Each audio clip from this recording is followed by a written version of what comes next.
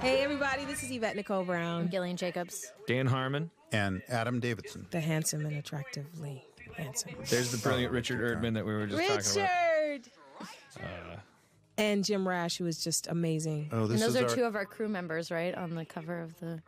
Oh, yeah, yes, that's right. That's our production designer, that's right. Derek Hill. This is our April Fool's episode. Yeah.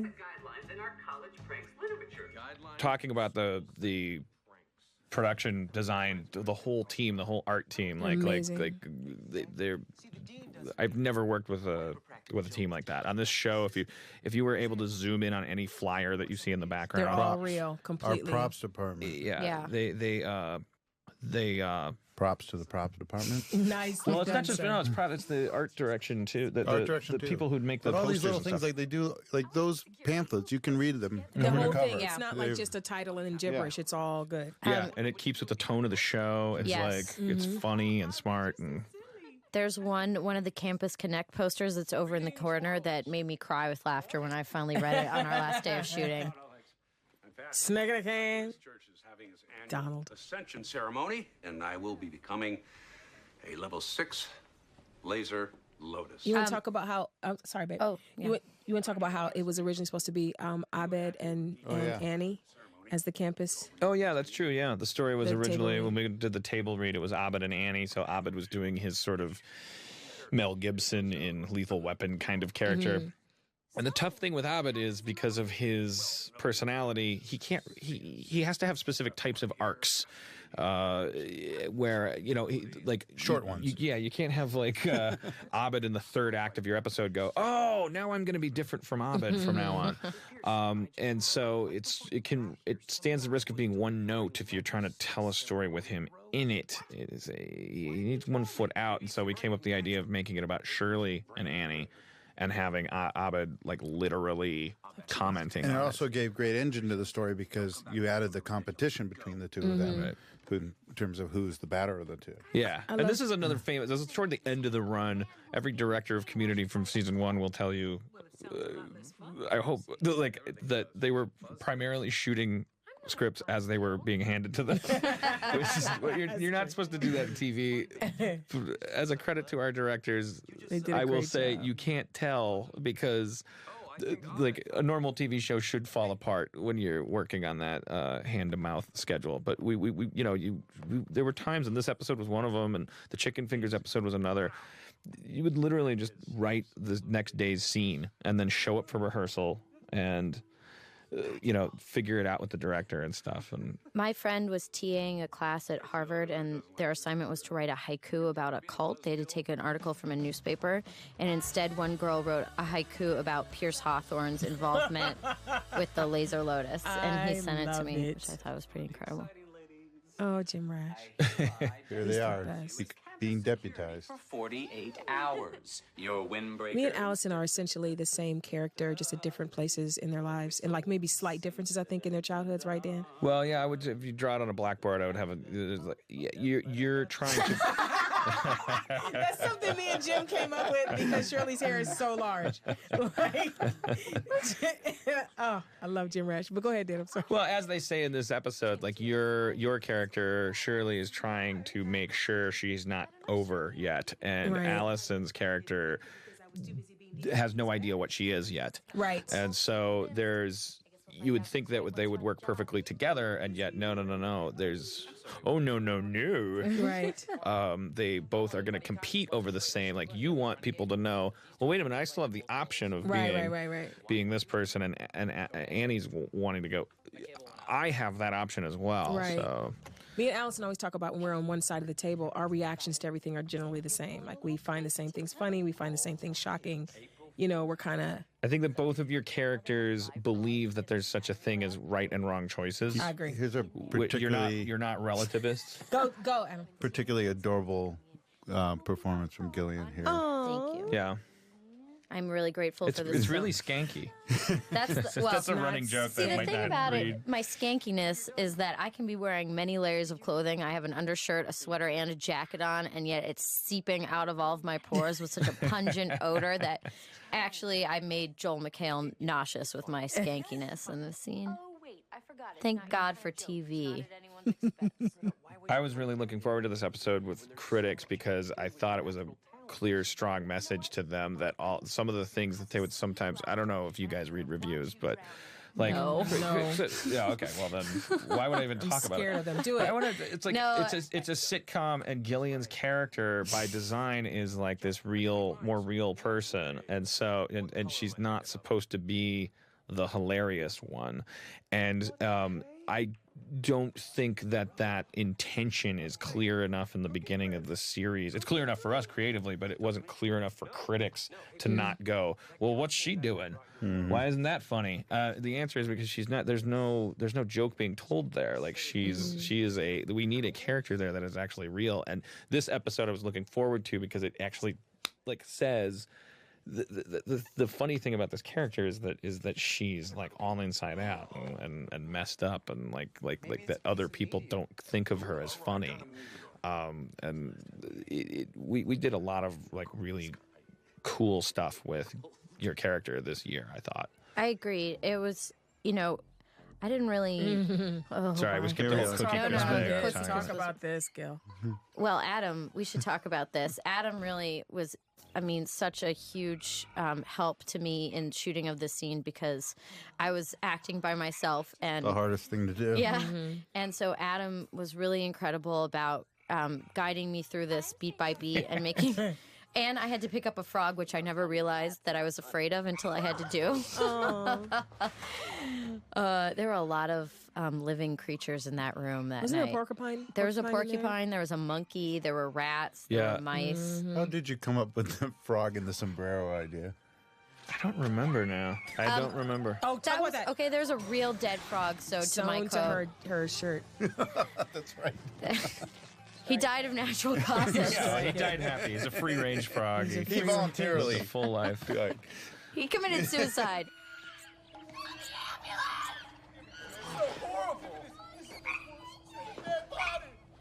This is what I remember arguing with David Davidson, third beer, about that scene with like the animals in that room. Going like, should there be animals in here or not? That's one of those stupid things that you look back and go, who cares? It's Craig Kakowski again. Yeah, Liz Kakowski's brother. Jay Johnston. Great driving, Yvette. Thank you. I did my own driving in that.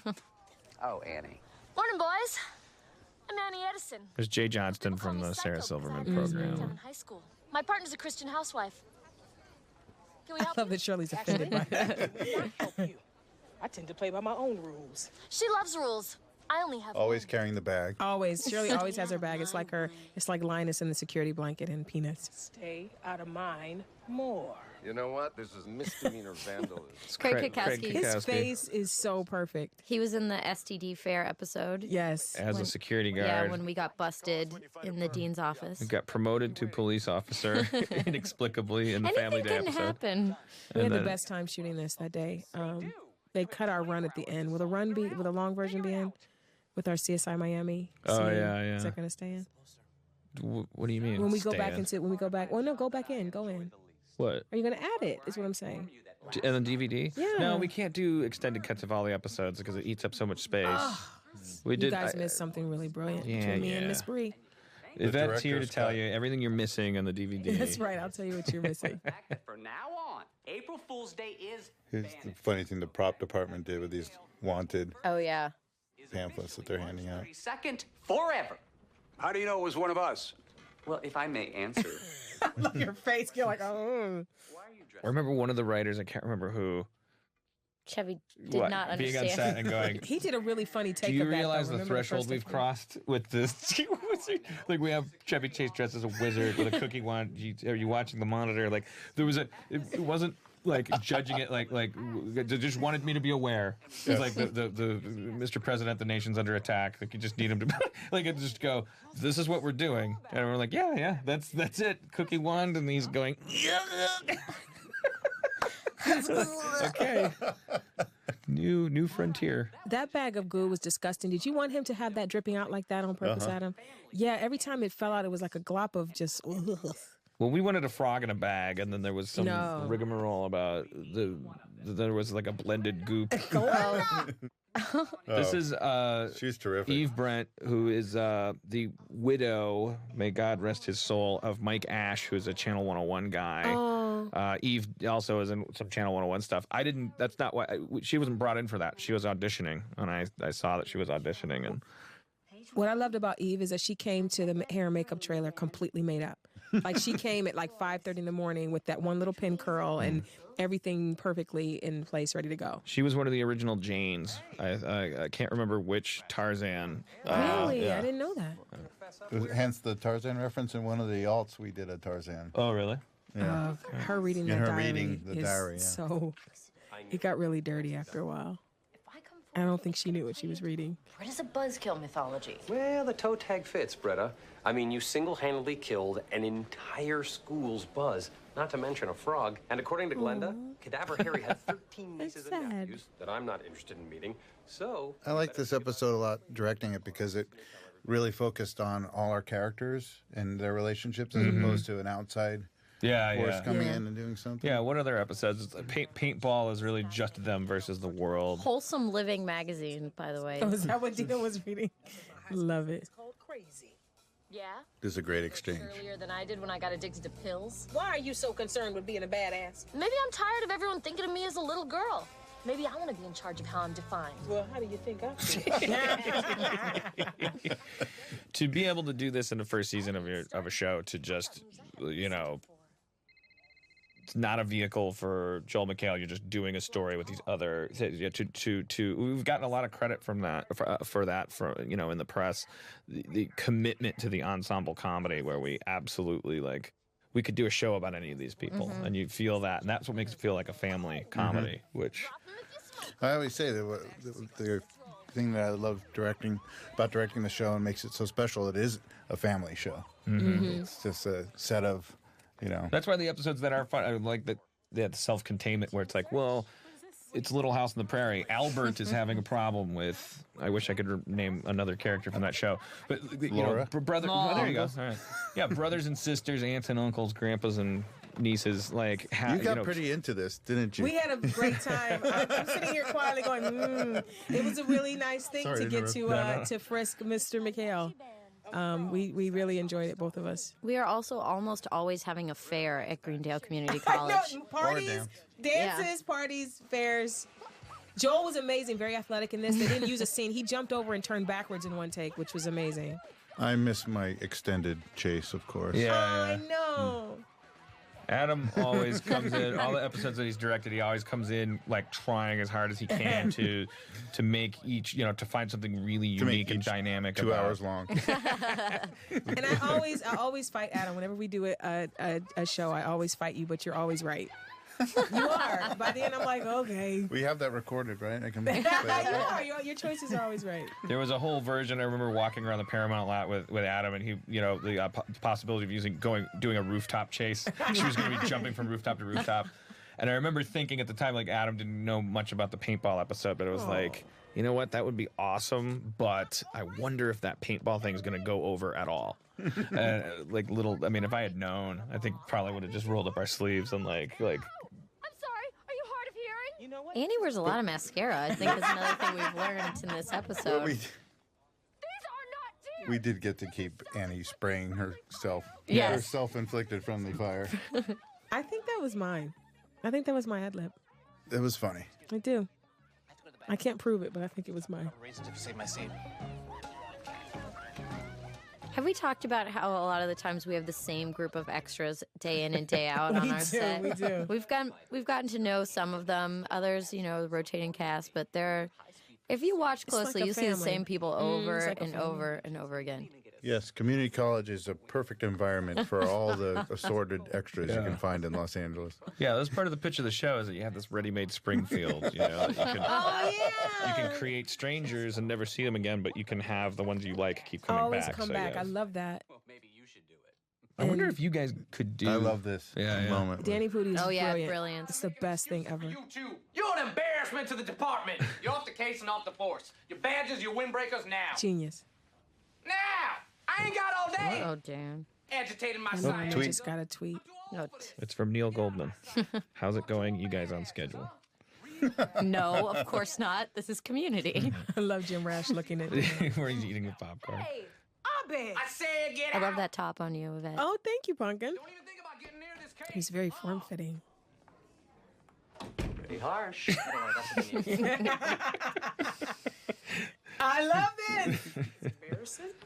No, that African American police chief character Abed was playing was. This is a reshoot day. No, we did 2 shoots that Wasn't day. this a reshoot day? It wasn't the same day. We came back from another episode and did this. Oh, I like your Nerds. pinky. Thank you, Pumpkin. Nice frame, The AKAs will be happy that I snuck that in. Trademark gift for left. This is a very scary scene for me because, like, you're down to the last scene. It's like either this episode's going to work or not. The story's going to work or not.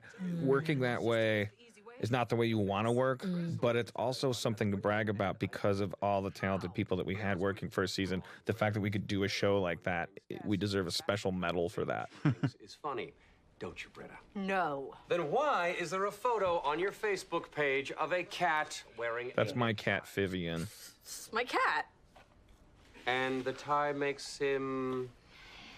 Formal. This investigation is going nowhere. You need a psychic. Perfect. This process may alarm you. Oh, gay, so gay. This was the day that we found out that we got a second season. Oh, yeah. Oh, it is. That's right. You made a great At speech. lunch. That's right. I You forgot. tricked us and filmed us without us knowing. And it went viral. Chevy really liked this. He loved that part in particular. What were you going to say, Gilly? I was going to say that it was the day we found out we got this. I tried to get Gillian to whisper to me because the guys were talking and I wanted to know what she was going to say. At a bar. Called it. One thing that I really like about the scene is the reminder that oh, by the way, there's a foam pad on that table that makes that possible. Yeah. Yeah, painted the color of Looks the exactly table. like the tabletop. Is the reminder that Abed and Jeff, they have a very close. There's a lot of overlap with those characters that we see in the episode where they are dorming together. But we're reminded of it here because all the other characters break down into histrionics and all have a group hug. And Jeff is handcuffed to the chair, but Abed sits down next to him and they're spectating. They have 1 foot out, and they both do. And I like that about those characters. And then we my favorite part. reapproach that in the Chicken Fingers episode. The fact that they're birds of a feather. These guys. That's my favorite Gillian thing. Yeah. The knock knock. Oh, Pumpkin. The only reason I slammed Jeff's head against the table was And It's just our touching amazing. moment. Our April Fool's Day episode Right. ends with Evolves everybody into crying.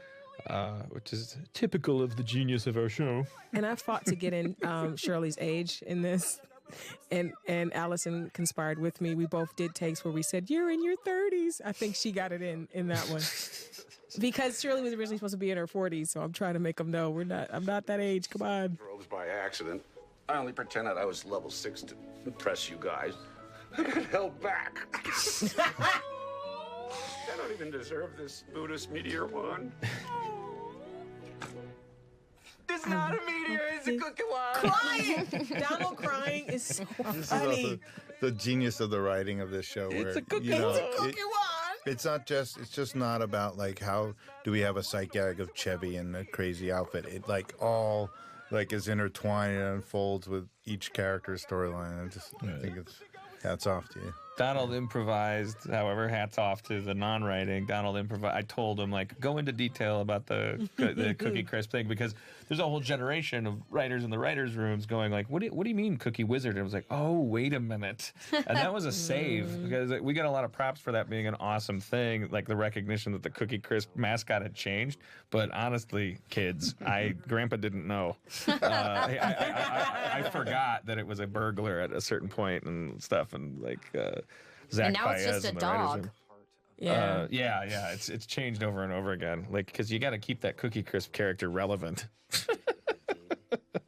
You did great work in this scene, Gil. Thank you, Yvette. You're welcome. Thank you, Adam. Why don't you your two stop kissing very each good- other's asses over there? Why do you hate kindness, sir?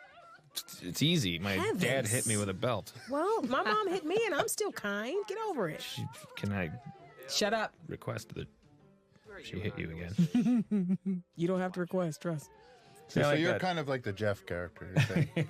Yeah, I'm a little phobic about. Yeah, I got. You don't like kindness? Oh, Well, this is people great. adore In this. the morning. I have a question, Dan. Yep. Do we have merchandise forthcoming from Yeah, the those, NBC Yes. store? those coffee cups they're holding, I believe, about bobbleheads? will be on sale. Bobbleheads. Bobbleheads, People really want Troy Nobbit in the morning mugs. I want a Troy T-shirts, Nobbit. hoodies, all kinds of stuff. They're Oh, gonna. hoodies? Yeah. I love hoodies. But I don't know what you're talking about. Okay, we'll just roll it. Look at Leonard. I think Danny looks. Great, I mean, Yeah. it's my birthday. Danny, what? I think Danny looks absolutely adorable in He that does bow with his tie. little bow tie. What's going on? Where are the cameras? Oh, we're not filming. I'd watch this show. Oh, guys, it's 6 a.m. But what did he think he was getting was up no camera. for? Well, they told him they were doing a show, and Love it.